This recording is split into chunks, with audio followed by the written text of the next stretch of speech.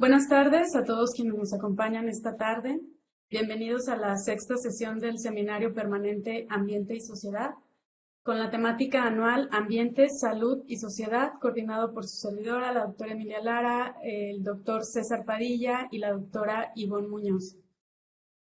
Hoy vamos a tener una presentación bastante interesante del doctor Fernando Díaz Barriga Martínez, de la Universidad Autónoma de San Luis Potosí, quien nos va a exponer un interesante tema que tituló Escenarios humanitarios para sindemias ambientales, riesgos planetarios en comunidades violentas.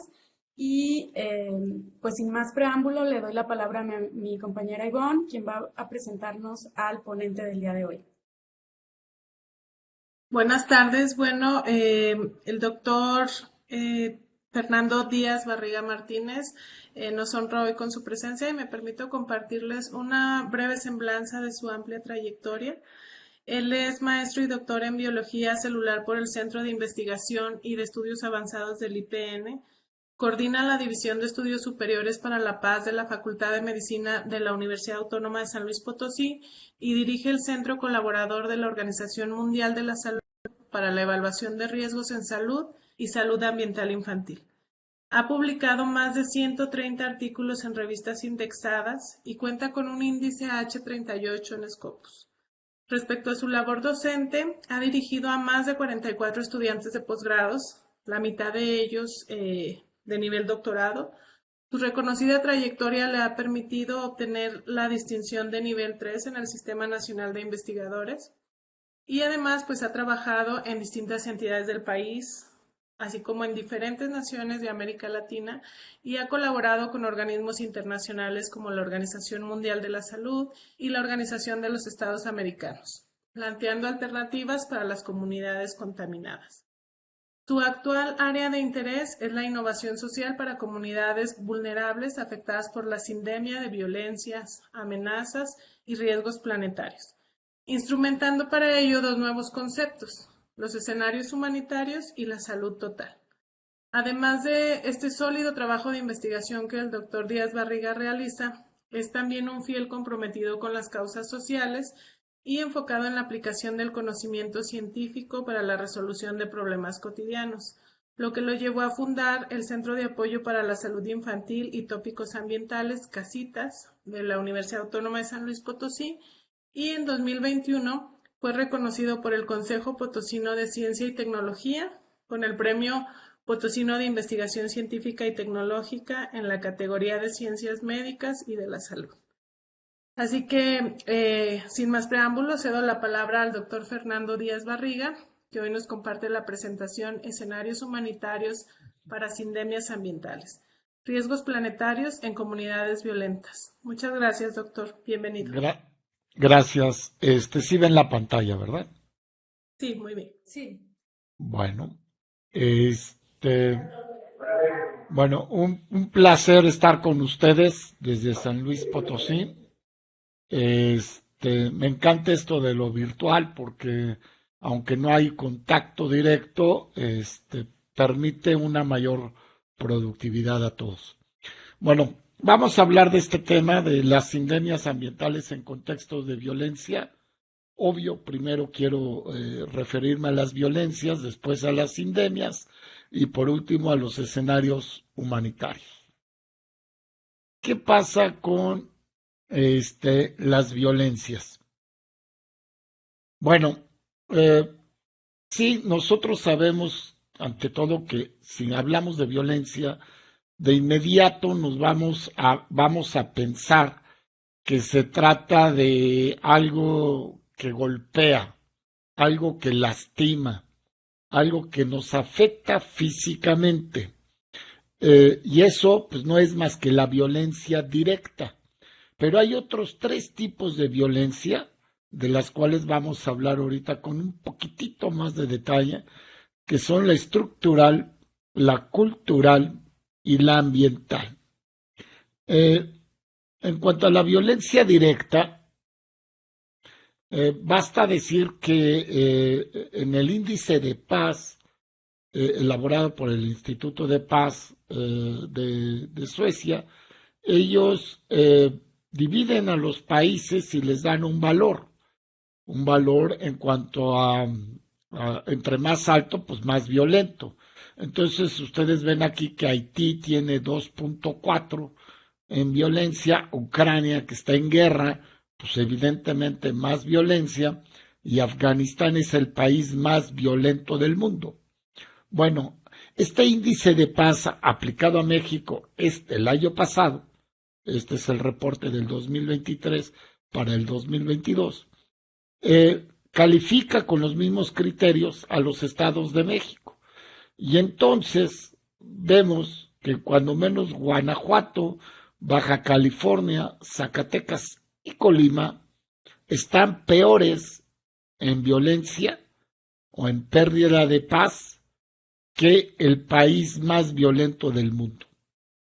Y vean todas las entidades de nuestro país que están peor que Haití, entre ellas San Luis Potosí y muchos estados del norte. Entonces, México es un país con violencia directa. ¿Qué pasa con la violencia estructural? La violencia estructural se refiere a todo aquello que impide el desarrollo completo de la población. Obviamente, el primer elemento en este aspecto pues, es la pobreza. Una pobreza que afecta en términos generales a la mitad del país, con alrededor del 10% en pobreza extrema, pero yo quiero destacar en esta figura cómo tenemos la peor de las pobrezas descritas. Esta es una pobreza persistente, persiste a través del tiempo. Esto quiere decir que gobiernos vienen y gobiernos van de los colores que quieran, pero la pobreza no cambia. La mitad de los mexicanos son pobres, 75% de los que nacen pobres en México mueren pobres. Entonces, ahí hay una estructura lastimada que impide que los que nacen pobres salgan de la pobreza. Otro elemento que afecta mucho al crecimiento, al desarrollo del país, es la pobreza en salud. El sistema de salud en México también está muy afectado por su estructura. Y en este momento, 40% de los mexicanos tienen carencias por acceso a los servicios de salud. ¿Quién dice esto? ¿Alguien que está en contra del presidente? No. Estos son los datos oficiales del gobierno federal tomados de Coneval. 40% de los mexicanos tienen problemas de acceso a los servicios de salud. Entonces, somos pobres y sin salud. Bueno, peor aún, somos pobres sin salud y sin educación. Los niveles educativos pospandémicos están aquí. Nada más voy a rescatar lo que pasa en los chicos de la educación media superior. Después de un examen de lenguaje y comunicación, que es leer, y de matemáticas, que es sumar, restar, dividir y multiplicar, solamente en lenguaje el 1.5% y solamente el 0.3% tiene niveles óptimos de aprendizaje. Por el contrario, un alto porcentaje, más de la mitad, porque son los dos primeros grupos, más de la mitad y cerca del 90% de los chicos que hicieron los exámenes antes de la pandemia y después de la pandemia, prácticamente todos están mal. Entonces, el nivel educativo estaba mal antes de la pandemia, está peor después de la pandemia. Entonces, pobres, sin salud y sin educación. En un mundo, en un país violento. ¿A qué nos referimos por violencia ambiental? Por ejemplo, al trabajo infantil en actividades tóxicas o a la poca inversión que se le hace a que los niños, a que la población tenga agua suficiente. 70% de los mexicanos viven donde solamente existe el 30% de las reservas de agua potable en nuestro país. Esto es una contradicción impresionante, pero es un ejemplo de violencia ambiental. Y finalmente la violencia cultural, bueno, pues esta sí ya es muy reconocida por todos.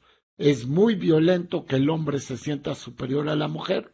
Es muy violento que la raza blanca se sienta superior a la negra o a las indígenas. Es muy violento todo lo que ocurre con la comunidad LGBT+, ¿no? Entonces, pero también es muy violento que el hombre, la humanidad, se sienta superior a la naturaleza. México, por todo lo que he comentado, y hay muchísimas estadísticas más, ha demostrado ser un país violento. Vivimos en contextos muy violentos. El asunto es que en estos contextos violentos también se presentan las crisis planetarias. Esta identificación de crisis planetarias no es mía, es de las Naciones Unidas. Por supuesto, estamos hablando de la contaminación, del cambio climático y de la pérdida de biodiversidad. Estos tres, contaminación, cambio climático y pérdida de biodiversidad, constituyen la triple crisis planetaria identificada por las Naciones Unidas. Sin embargo, yo aquí les puse un cuarto elemento, dado que en nuestro país la crisis hídrica está adquiriendo niveles que no son aceptables con la calidad de vida.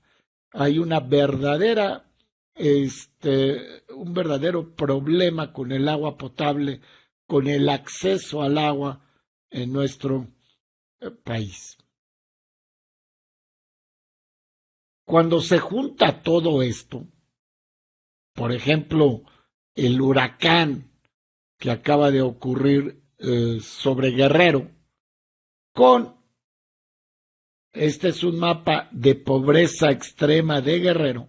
Cuando se junta un problema de clima con un problema de estructura de país, ustedes pueden imaginarse que el impacto del huracán estuvo mucho más allá de unos cuantos hoteles afectados.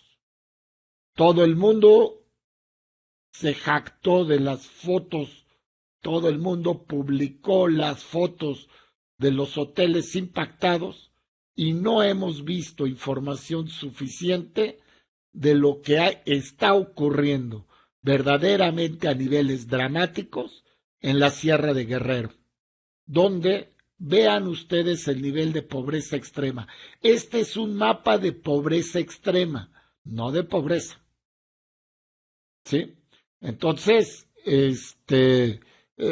junten las dos figuras y podemos imaginarnos el terrible problema que está ocurriendo en este momento en Guerrero. Las crisis planetarias, la hídrica, la contaminación, el cambio climático y la pérdida de biodiversidad, por supuesto, se traducen en pérdidas de salud. Ocurren epidemias cardiovasculares, diabetes, cáncer, daño renal, pérdida de salud mental. Todas estas son epidemias que están ocurriendo porque estas crisis planetarias están afectando a nuestro país. Cuando dos o más epidemias ocurren de manera simultánea, interaccionan entre sí y con factores externos como las violencias, es que entonces tenemos una sindemia. Una sindemia es un término de salud que lo que quiere dar a visibilizar es que la salud está afectada por más de una enfermedad y que la atención a estas enfermedades se están bloqueando por la presencia de factores externos.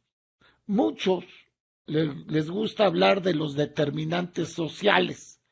A mí no, a mí el término determinante social se me hace extraordinariamente neutro, sin sabor, sin sentido. Hay que hablar como lo es, son violencias porque impiden el crecimiento de la población. Y esto es un reflejo, es una foto, es un mapa de la sindemia, ¿no? Pérdida de biodiversidad, crisis hídrica, violencias, contaminación, cambio climático, y a todo esto se sumó la COVID-19. Por eso nos fue tan mal con la COVID-19. Sí, hubo autoridades que no estuvieron a la altura, pero con el mejor presidente de la República, con el mejor secretario de salud del mundo, nos hubiera ido muy mal, porque la estructura del país estaba mancillada. Entonces, ¿cómo nos iba a ir bien cuando hay 35 millones de trabajadores en la informalidad, ¿no? Entonces, esta es la realidad, esto es México, y esto es México a nivel estatal, a nivel municipal, a nivel comunitario, en las sierras, en las costas, en alguna ciudad perdida de la gran capital, ¿no? Entonces, a esto es a los que ahora nos tenemos que enfrentar. Y claro que cuando tenemos toda la suma de amenazas, cuando tenemos todas las sumas de problemas ambientales, pues, y ahora sí, dígame, doctor, ¿cómo carajos le hacemos para trabajar en estos escenarios? Bueno, lo primero es encontrar un camino. Lo primero era imaginarnos que sí podíamos trabajar un escenario tan complejo y que teníamos que inventar un camino. La meta era clara, muy difícil de lograr, pero la meta era clara y entonces inventamos un camino. Un camino al cual le llamamos escenarios humanitarios. En esta imagen que ya se las diseñé, que ya se las expliqué, por supuesto que tenemos pérdida de salud física, pérdida de salud mental y estamos afectados en cuanto a la calidad de vida. Estos tres elementos son parte del gran concepto de salud desde que la Organización Mundial de la Salud se fundó hace 75 años. Pero cuando a estos tres elementos le añadimos la pérdida de capacidad para el desarrollo y la posibilidad de futuro, estamos hablando ya de la necesidad de un derecho humano, en este caso, del derecho humano a la salud. Quiero dejar esto muy claro. Si nosotros solamente nos referimos a estos tres indicadores, es suficiente para hablar de salud. Pero si a estos tres indicadores le aumentamos el término desarrollo y el término futuro, es que entonces se trata de la salud. Se trata de la salud sostenible para poder tener posibilidad del desarrollo y de crecer para el futuro. Eso entonces es el derecho humano a la salud. Y van a ver ahorita enseguida por qué es importante hablar del derecho humano a la salud. Entonces, ¿cómo podemos trabajar esto? Bueno, todo esto está afectando al derecho humano a la salud, porque tenemos enfermedades, tenemos que es salud mental o salud física, y tenemos por la interacción con las violencias, un terrible bloqueo, una terrible barrera para el crecimiento y el desarrollo. Por eso es que la sindemia, el riesgo sindémico, afecta al derecho humano a la salud. Si está afectado el derecho humano a la salud, o si queremos trabajar este problema desde el derecho humano a la salud, automáticamente estamos tomando una perspectiva en derechos humanos. Y dado que los derechos humanos están vinculados, son universales, son irrenunciables, ¿sí? Pero sobre todo porque están vinculados, no hay manera de tomar un derecho sin tomar al resto de los derechos. ¿Cuáles son el resto de los derechos? Bueno, aquí les puse algunos. Si hablamos de salud, claro que nos queda, es muy evidente hablar del derecho al agua, a la vivienda, a la nutrición, ¿sí? Al ambiente. Es el derecho humano más nuevo que tenemos, lleva un año.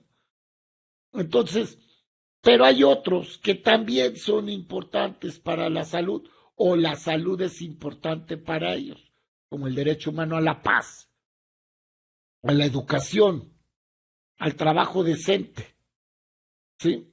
Entonces, vean ustedes cómo un escenario tan complejo puede ser entendido en términos de derechos humanos, ¿sí? Ahora, si nosotros queremos abordar esta sindemia con una perspectiva en los derechos humanos, pues ahora ahí les va otra pregunta. ¿Cómo lo hacemos para trabajar desde lo local, desde el barrio urbano, desde lo rural, desde las comunidades indígenas? ¿Cómo podemos trabajar con esta niña y hacerle entender que tiene derecho a los derechos humanos? Que su pobreza, su marginación, su evidente limitación a la educación, posiblemente con una vivienda totalmente afectada, con la contaminación dada por el humo de leña. ¿Cómo le podemos decir a esta chiquilla que tiene derecho a los derechos humanos para que salga de la sindemia?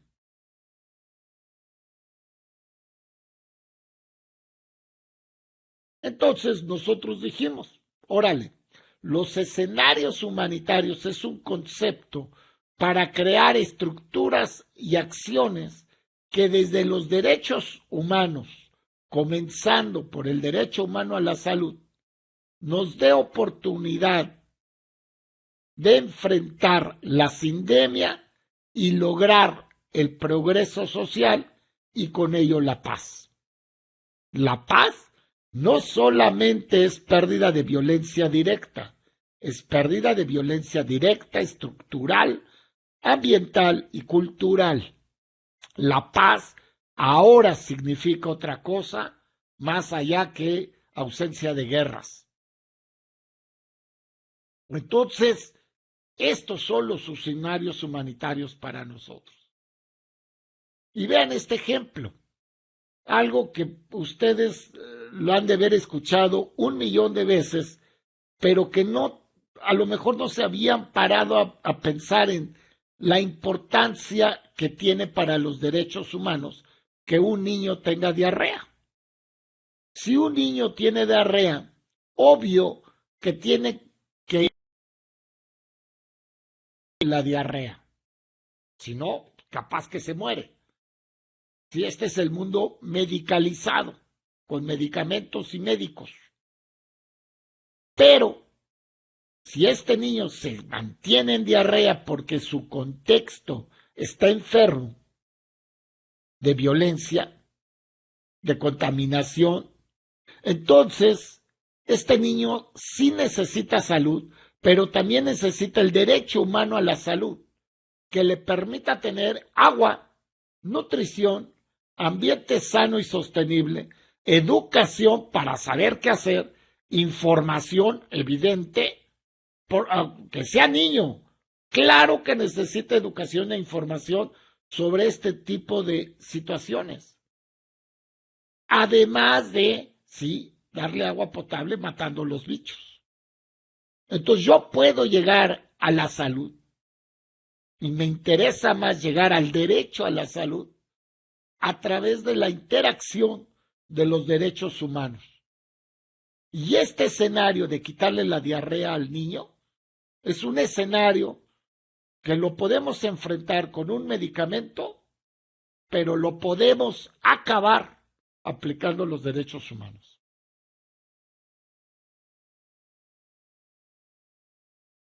Entonces, a este terrible contexto, a esta realidad tan compleja, ¿cómo le vamos a aplicar los derechos humanos?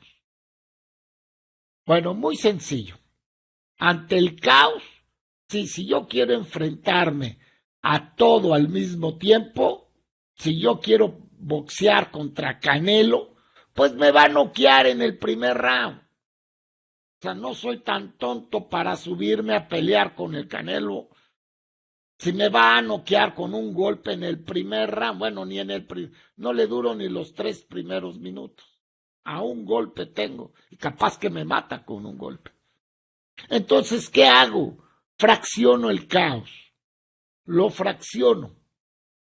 Y entonces me permito enfrentar el paso número 1, la fase número 1, en el elemento que mis fortalezas me lo permiten más, pero siempre en el contexto de la sindemia. ¿Sí? Este es un rompecabezas y como todo rompecabezas empiezo por la ficha más sencilla, pero sé que tengo que llenar completándola con el resto de las fichas.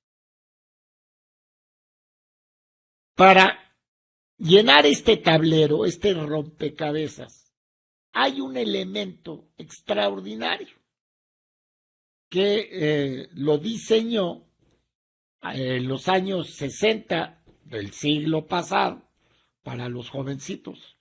Lo diseñó el Alto Comisionado para los Derechos Humanos de las Naciones Unidas. Esta oficina habla de espacios cívicos como exactamente como se los voy a decir, espacios físicos donde se garantizan los derechos humanos civiles, el de la democracia, el de la opinión, el de la protesta, ¿sí? Pero en el siglo XXI, estos espacios cívicos ya no solamente son físicos, ya hay espacios cívicos en las redes sociales. Y ya no solamente se trata de derechos humanos civiles, ahora se habla de todos los derechos humanos. Entonces, para cada una de estas piezas del rompecabezas, lo que yo voy a hacer es construir un espacio cívico que yo le puse el apellido de ambiental para que no confundirlos con los espacios cívicos del Alto Comisionado para los Derechos Humanos de las Naciones Unidas. Y en estos espacios cívicos ambientales, así de chiquitos, voy a empezar a trabajar con derechos humanos. Sí, primero el derecho humano a la salud, porque esa es mi mayor fortaleza, es la mayor fortaleza de nuestro grupo, pero inmediatamente el derecho humano al ambiente, inmediatamente el derecho humano a la vivienda, inmediatamente otros derechos humanos. Y entonces este espacio cívico-ambiental va a ser un lugar donde la población va a entender que tiene derecho a los derechos y donde la población va a tener que trabajar, porque quien tiene derecho tiene responsabilidades, a trabajar con ellos. Entonces, esa era la lógica, la meta, cómo llegar ahí. Entonces, creamos una estrategia para construir escenarios humanitarios en contextos de sindemia, la estrategia la denominamos rostros, voces y lugares, voces, rostros y lugares, lugares, voces y rostros, como ustedes quieran. Lo importante es esto. Yo le quiero darle voz a los rostros de las comunidades para cambiarlas. ¿Sí? Darle voz a los rostros para cambiar los lugares. Entonces, ahorita tengo que enseñarles a qué le llamo voz, a qué le llamo rostros y a qué le llamo lugares. Primero era construir un grupo universitario que hiciera todo lo anterior, que supiera identificar lugares, identificar rostros y dar voces. ¿Sí? Entonces, este grupo nos llevó un tiempito, como decimos en mi tierra, pero se logró. Ya tenemos un grupo que trabaja, ya son más de los que están en esta foto, pero este grupo, por ejemplo, desde principios de este siglo, tenemos un posgrado y hemos formado más de 200 estudiantes con maestría y doctorado. ¿Sí? Es decir, nuestro primer objetivo era crecer y multiplicarse, envenenar a la gente con estas ideas. Después era tener un reconocimiento internacional. ¿Por qué? Pues porque sabíamos que nos íbamos a enfrentar a la sindemia. Y detrás de la sindemia, ustedes pueden imaginarse la cantidad de bloques que hay, ¿no? Entonces sí, obtuvimos el reconocimiento como un centro colaborador de la OMS. Después diseñamos un índice de conflictos, de sindemias, de riesgo sindémico, le llamamos, ¿sí? Y con este índice mapeamos México, mapeamos San Luis Potosí y mapeamos, por ejemplo, la capital del estado, la ciudad de San Luis Potosí. Y vean cómo aquí identificamos barrios en riesgo, aquí identificamos municipios en riesgo y aquí identificamos estados en riesgo sindémico, ¿no? ¿Qué son los rostros? Pues el rostro es verdaderamente saber cómo está el sitio. Y les voy a poner el ejemplo con un barrio de ladrilleros que hay en la ciudad de San Luis Potosí. Para estudiar desde el punto de vista de los derechos humanos y construir espacios cívicos, utilizamos una metodología de las Naciones Unidas, del Alto Comisionado de las Naciones Unidas para los Derechos Humanos, que se llama 3Ps, y la modificamos. Además de participación, promoción y protección, bueno, metimos planeación, priorización y prevención. Entonces les voy a dar rapidísimo un ejemplo de en la planeación. Son todos los antecedentes del escenario. En este caso es un barrio urbano marginado de la ciudad de San Luis Potosí, donde hay ladrilleras que queman todo tipo de residuo sin control ambiental alguno, y entonces ustedes pueden imaginarse la contaminación en el barrio urbano, pero también la contaminación en toda la ciudad, dado que en este lugar hay más de 100 ladrilleras instaladas. Aquí está la ciudad, aquí están las 100 ladrilleras. Y entonces, no solamente el barrio, sino el resto de la ciudad sufre de las emisiones contaminantes. Además de las ladrilleras, hay basureros. Aunque tenemos un depósito ultramoderno, hay basureros donde la gente tira todo tipo de residuos y los quema.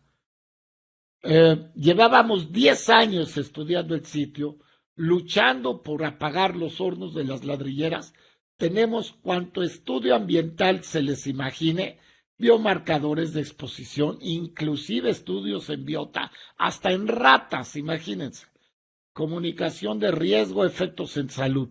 Y no habíamos logrado nada. Tenemos evidencia de cáncer en ladrilleros y de un incremento de las leucemias en el sitio. Participación social, involucramos a la comunidad, ladrilleros y no ladrilleros, ¿sí? Trabajando caminatas de la salud, percepción del riesgo, en fin, cuestionarios. Junto con la comunidad priorizamos los riesgos y esta comunidad, junto con la comunidad, no solamente la comunidad, junto con la comunidad, ellos y nosotros, identificamos, priorizamos los riesgos, hicimos nuestros rompecabezas, identificamos las piezas más fáciles para poder cambiar el problema, ¿sí? Claro que estaba la contaminación del aire, había problemas de agua, también ellos, es una zona de alta delincuencia, con una alta marginación y por lo tanto educación para la calle, alimentación y actividad física por los suelos y contaminación por plomo.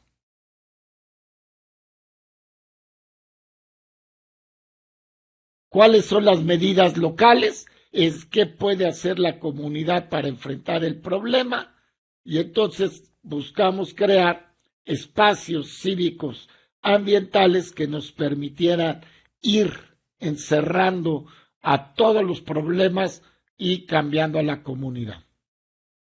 Gestionamos medidas descendentes, ¿sí? Y por supuesto estamos en la etapa de la promoción. En la etapa de la promoción era hacerles ver, ante todo, que las ladrilleras implicaban un riesgo a la salud y que estaba afectando todos los derechos humanos. Entonces, ya gestionamos, ya está en proceso, todavía no está instalado, un parque de bloqueras que va a sustituir a las ladrilleras y va a mantener el trabajo de esta población de trabajadores informales. Muchas de las ladrilleras queman llantas, entonces el segundo gran prioridad era colectar llantas. Vean nada más la cantidad de llantas que había y que se quemaban. Solamente en 3 meses se colectaron 50,000 llantas. Hay un problema de agua potable en la zona y contaminación por flúor y arsénico. Ahora hay purificadoras de agua gratuita, no todas las que nosotros quisiéramos, pero con ósmosis inversa para quitar arsénico y flúor. En cuanto al plomo, estamos trabajando en un programa con los niños para que los niños sepan cuáles son las fuentes de plomo, barro vidriado, contaminación de suelo, hay trabajo infantil de basura electrónica en el sitio, ¿sí? Las pinturas, y es que aprendan a utilizar sus derechos humanos. Esto que acaban de ver ustedes, estas imágenes, nos fueron solicitadas por la Organización Mundial de la Salud para su programa de prevención de plomo. Lograr tener el sello de la OMS en esta presentación para nosotros es muy padre, ¿no? Entonces, sí, algún día vamos a tener toda una comunidad diferente. Estamos en eso, queremos crear un escenario humanitario. ¿Cuáles son las voces? Bueno, la primera voz tiene que venir desde la universidad. Tiene que ser una institución, bueno, no la universidad, puede ser cualquier instituto de educación superior.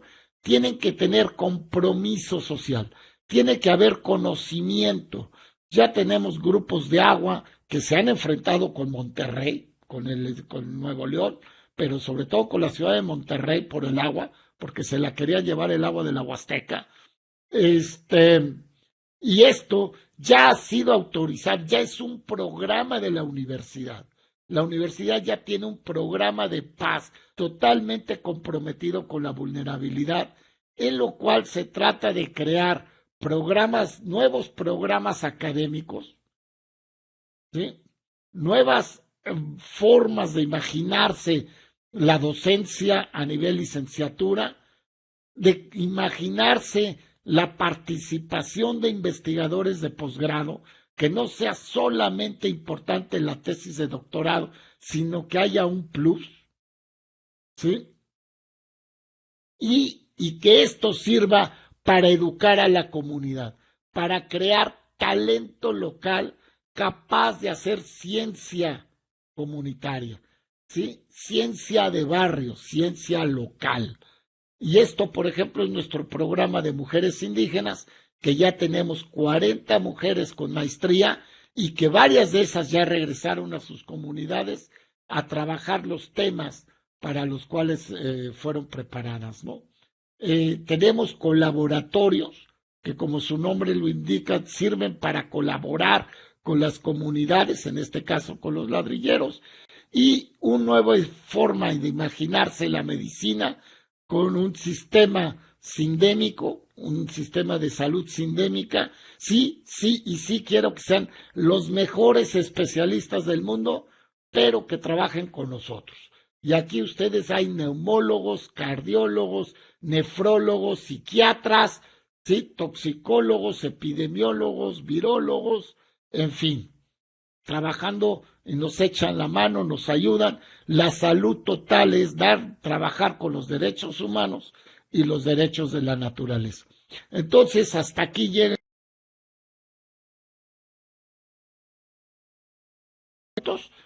pero quiero que entiendan que sí se puede utilizar los derechos humanos. No basta un buen laboratorio, se requiere un buen camino para llegar con la gente y que la gente entienda que tiene derecho a cambiar su realidad. No es fácil, nos ha llevado tiempo, nada más el problema de las ladrilleras, desde que utilizamos esta metodología lleva 3 años, ya tenemos grandes avances, pero sí se puede y la verdad es que estoy muy, muy, muy, muy contento. Sí se puede darle voz a los rostros para cambiar los lugares. Bueno, pues muchísimas gracias por la invitación. Les dejo mi correo para cualquier cosa. Contesto por WhatsApp casi inmediatamente. No me manden correos electrónicos, pero mándenmelos. Me van a decir, bueno, doctor, entonces, ¿por qué no nos da su WhatsApp? No, pero mándenme primero un correo y luego ahorita les doy mi WhatsApp. Ahorita les doy el número. Bueno, pues muchísimas gracias. Nada más déjenme maximizar esto porque ya no sé cómo hacerle o cómo dejar de compartir. Yo ya no sé qué tengo que hacer, mija. Poner el cursor en la parte superior de tu pantalla para... ¿Ya? Ya. Bueno, pues muchísimas gracias, doctor. Muy interesante esta investigación-acción, además con este componente de perspectiva de derechos humanos. Vamos a dar paso a preguntas, comentarios que nuestros estudiantes quieran compartir y lo pueden hacer por el chat o levantando la mano aquí en su pantalla. ¿Alguien quiere comenzar?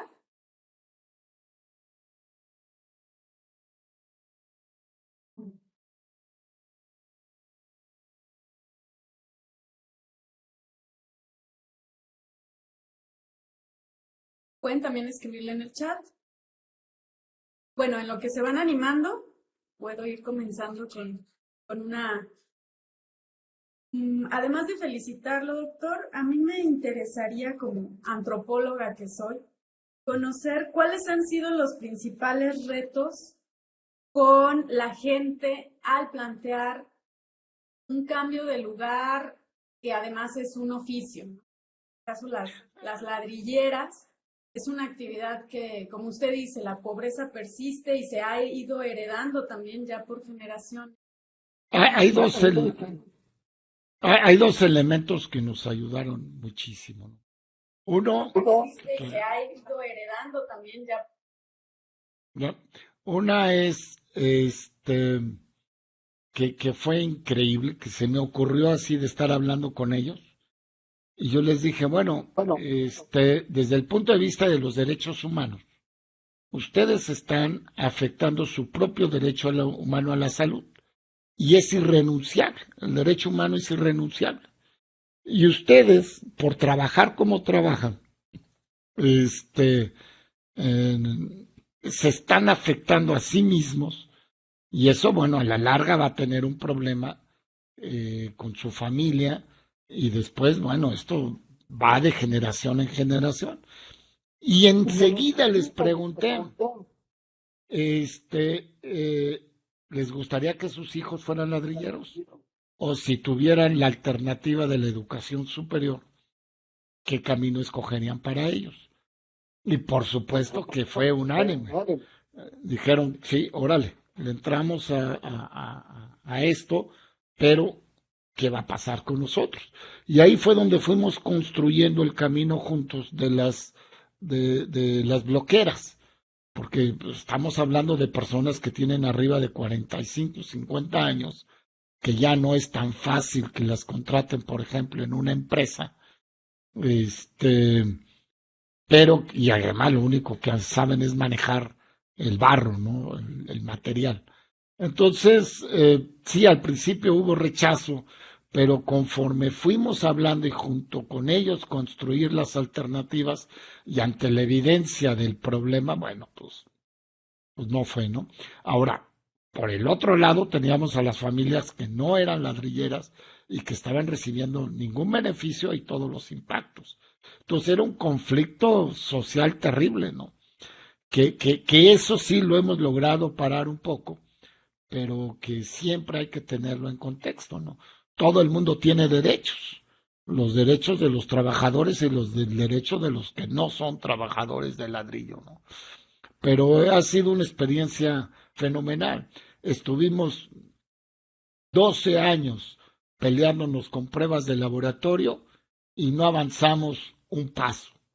Llevamos 3 años con la perspectiva de los derechos humanos y este trabajo de construir futuro con ellos y ya tenemos luz al final del túnel, ¿no? Entonces, sí, para los antropólogos esto puede ser el ABC, pero para los de ciencias biológicas ha sido un aprendizaje increíble. Porque va pegado la prueba del sangre, donde ven ellos que están enfermos, y la perspectiva del derecho humano de quienes no son ladrilleros, ¿no?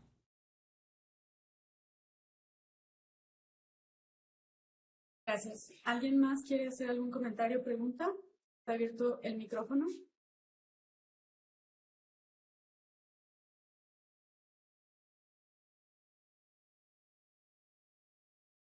Bueno, yo, Adelante, señor.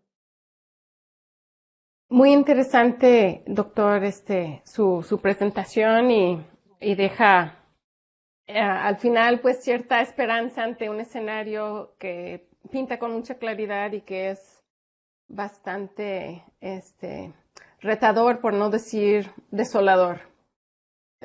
Yo entiendo que esta metodología lo están implementando en diferentes escenarios y nos enseñó en este caso uno de ellos, ¿no?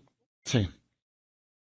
Quería preguntar si podía platicar cuál ha sido su experiencia en casos donde, digamos, la fuente mayor de riesgo no proviene de la misma comunidad. O sea, en este caso que nos presenta, son los mismos interesados en proteger su salud que son la fuente del riesgo. pero cuando es una fuente externa, no sé si estamos en San Luis Potosí, una mina u otro tipo de factor de riesgo, donde a lo mejor no hay el interés mismo, digamos, de proteger la salud de mi propia familia, de mis hijos, etcétera, etcétera. ¿Cuál ha sido las estrategias y la apertura de esos actores externos de participar en estos escenarios, o si es necesario o no la participación de esos actores para lograr los resultados que ustedes buscan? Mira, nosotros tenemos experiencia, por ejemplo, en muchos escenarios por ejemplo, una fundición de arsénico de Industrial Minera México en la mitad de la ciudad de San Luis Potosí, y que ganamos, ¿sí? Pero eso lo ganamos así, exactamente con la misma estrategia, o sea, haciendo estudios, metiendo los derechos humanos, y ganas. Antes no teníamos el derecho humano a un ambiente sano y sostenible, que ahora lo tenemos a partir de julio del año pasado, pero el derecho humano a la salud siempre está. Y si las empresas te dicen que quieren ser sostenible, quien quieras, quien quieras tú, ¿sí? Si una empresa quiere ser sostenible, tiene que proteger los derechos humanos. No hay de otra. Entonces así ganas porque los descobijas, porque si tú entras al plano de las normas y los reglamentos, entras al plano de los abogados y de los numeritos. Y también sé sacar numeritos, y me he dado cuenta que los numeritos están diseñados para proteger a las industrias, no para proteger a la población humana. Entonces, nosotros no entramos, nosotros entramos desde el punto de vista de los derechos humanos y del principio precautorio. Entonces,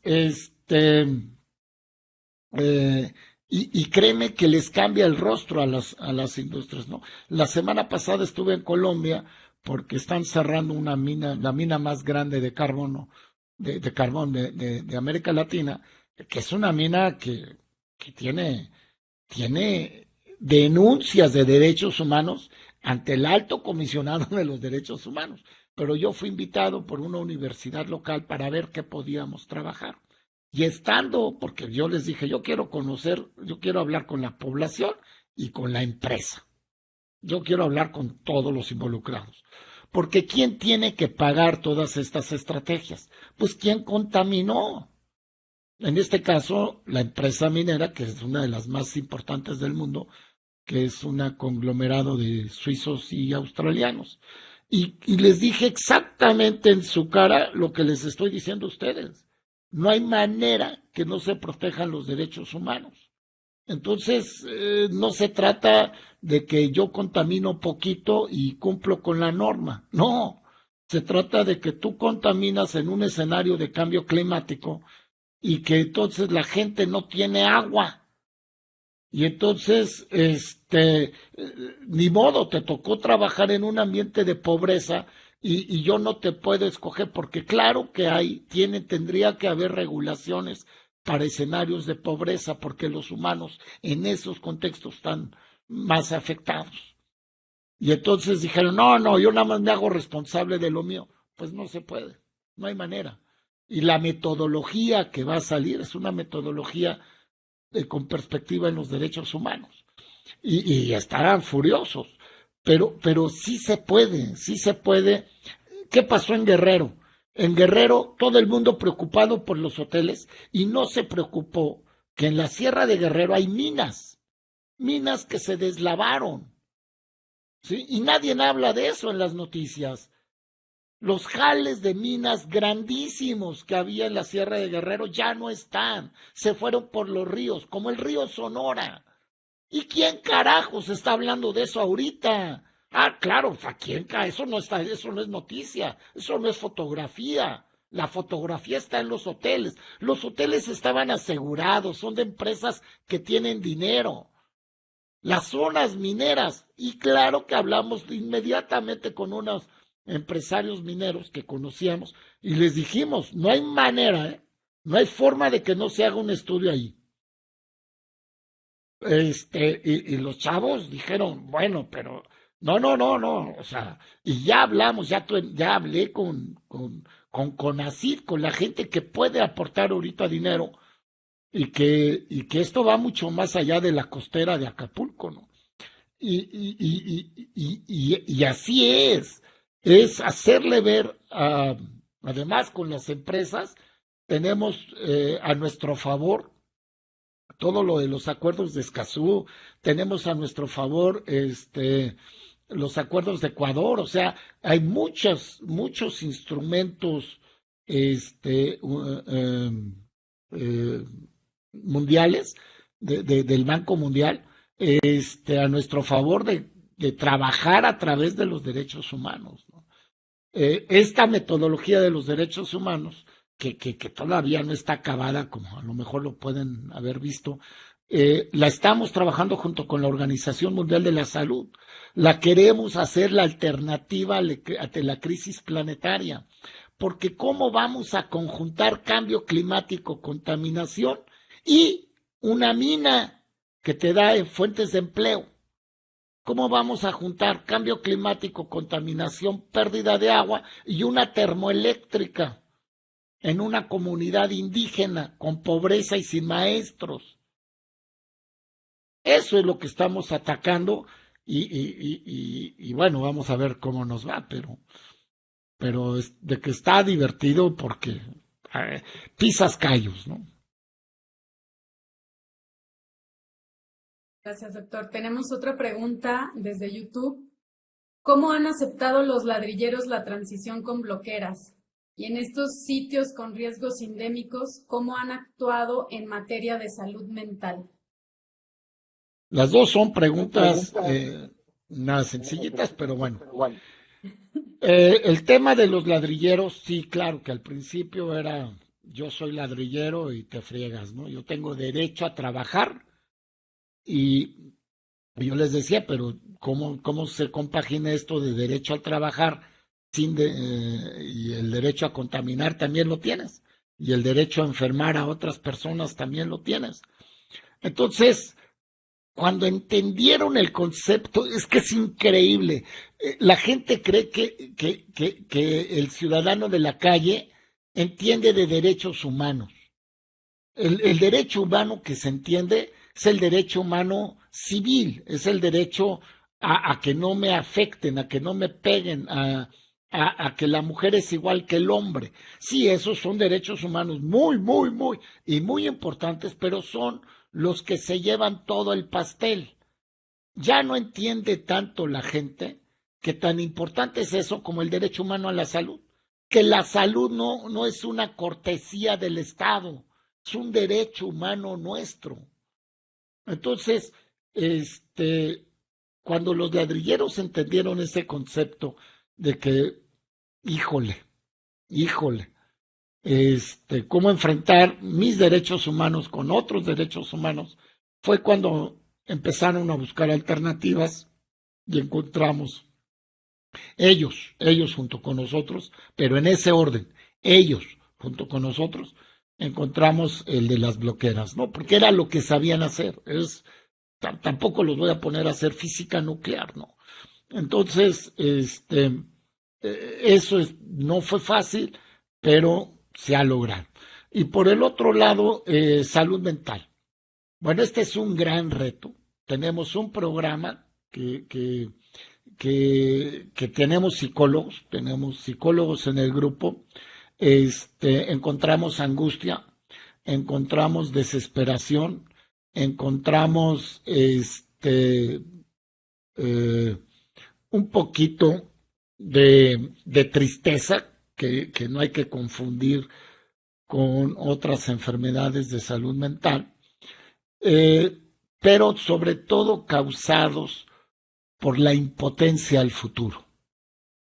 O sea, la violencia directa en estas comunidades marginadas realmente están impidiéndole a los jóvenes ver el futuro, ¿sí? Entonces, ahí, junto con los psicólogos, hemos tratado de empezar a trabajar esquemas de psicología social a través de empezar a crear grupos, sobre todo con bachilleres. A nosotros nos interesa mucho la población de bachilleres. Esto lo hicimos en comunidades indígenas, lo hicimos también en esta comunidad de ladrilleros, lo hemos hecho en una comunidad de minería de mercurio. Y cuando empezamos a hacer los test y empezábamos a hablar de salud mental, nosotros buscando sobre todo angustia, desesperación, hicimos test de inteligencia, de coeficiente intelectual, y nos encontramos una realidad que yo sé, me lo han dicho 1,000,000 de veces, que el coeficiente intelectual a lo mejor no es el instrumento más adecuado para medir capacidades, pero es el instrumento que quitó el plomo de las gasolinas.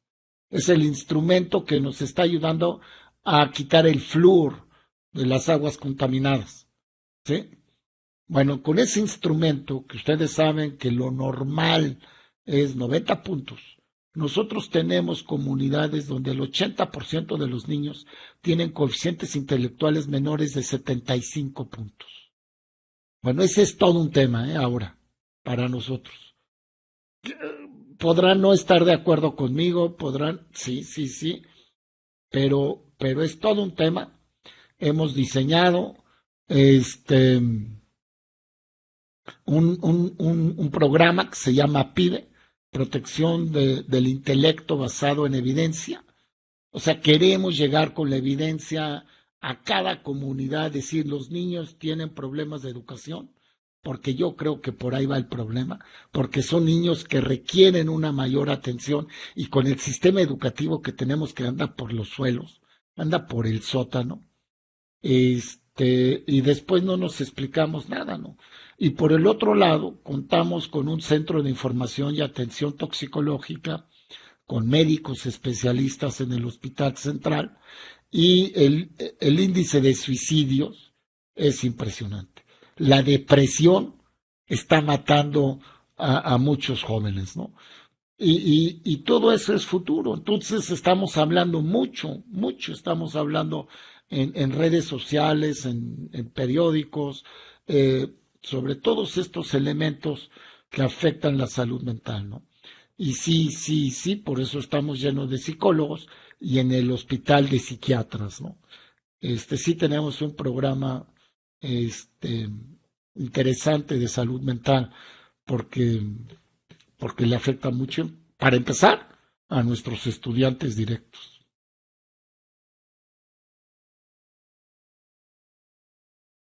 Gracias, doctor. Tenemos tiempo para otra pregunta y ¿la quieres hacer directamente, Janet Hernández? Bueno, te leemos. Hace unos días vi que en Zacatecas la gente estaba haciendo bloqueo en una de las avenidas para manifestar sus inconformidades por los daños en sus casas a causa de explosiones causadas por una minera canadiense. ¿Cómo puede actuar y defender su derecho a la vida y a la protección de su patrimonio? ¿Cómo tomar esta perspectiva desde los que ya reconocen el problema?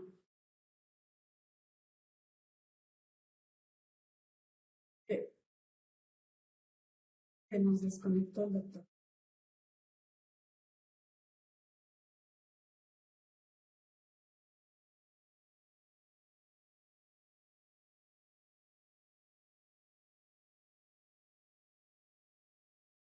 ¿Ya? ¿Ya? Ya. A ver, algo en Zacatecas por...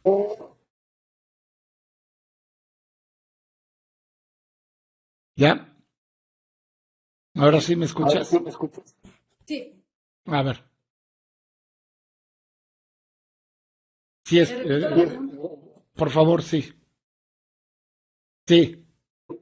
Hace unos días vi que en Zacatecas la gente se manifestó por las inconformidades de los daños en sus casas a causa de explosiones causadas por una minera canadiense. ¿Cómo pueden actuar y defender su derecho a la vida y a la protección de su patrimonio? Bueno, ahí de entrada está el derecho a la vivienda, ¿no? Pero eso causa un problema de salud mental y eso es del derecho a la salud. Entonces, ¿cuál es la ventaja de trabajar derechos humanos? Que automáticamente tenemos una instancia donde acudir, que es la Comisión Estatal, o en este caso de Zacatecas, o la Comisión Nacional de Derechos Humanos, y de ahí escalar. Y como es una minera extranjera, puedes ir fácilmente a la Corte Interamericana de los Derechos Humanos. ¿Por qué es importante esas instancias? Bueno, ya hasta Semarnat tiene una oficina de derechos humanos. O sea, si nosotros vamos a Semarnat, nos van a pedir evidencia con numeritos. Si vamos a salud, nos van a pedir que haya enfermos. ¿Sí? O sea, si no hay muertos, nadie nos pela. Y ahora ya ni con muertos, ¿no? Entonces, tenemos que recurrir a estas instancias para las cuales las empresas transnacionales no tienen sistemas de defensa, que son los derechos humanos. Y ahí, créemelo, que una vivienda se te destruya, no solamente es un problema del derecho humano a la vivienda, sino de un derecho humano a la salud, y ahí no hay numerito que valga. Ahí no es poca o mucha, con una es suficiente. Entonces, ese es un esquema que además asusta mucho a las empresas transnacionales, porque en los acuerdos internacionales que yo les hablaba a ustedes de Escazú o de Ecuador, quedan indefensas. Y eso para ellos y sus accionistas es un golpe feo. Eso es un golpe muy feo, porque estás afectando a los derechos humanos. Por eso la mina de carbón, ¿a poco creen que yo fui gratis a Colombia? No, fue porque el gobierno de Colombia tuvo que generar una denuncia ante la cual la empresa quedó indefensa. Vean lo que está pasando en Panamá con la minera canadiense. O sea, cuando tú afectas derechos humanos, no hay manera de defenderse, aunque el gobierno las defienda.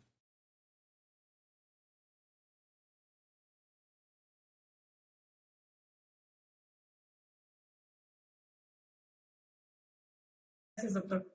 Tenemos otro comentario. Ángeles.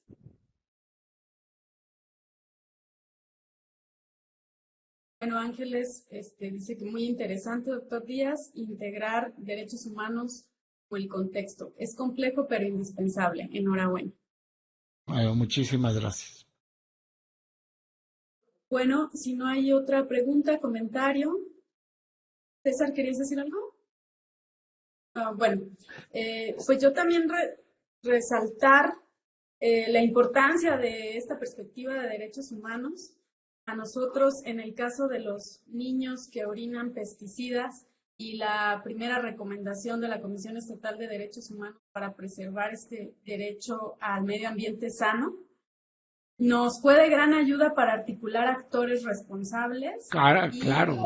Exactamente, sí, y que la población también se enterara que tenían algo que defender, ¿no? Que no podían nada más defender y nada más verse enfermar y poder hacer nada ante ciertos poderes que a veces parecen fácticos, ¿no?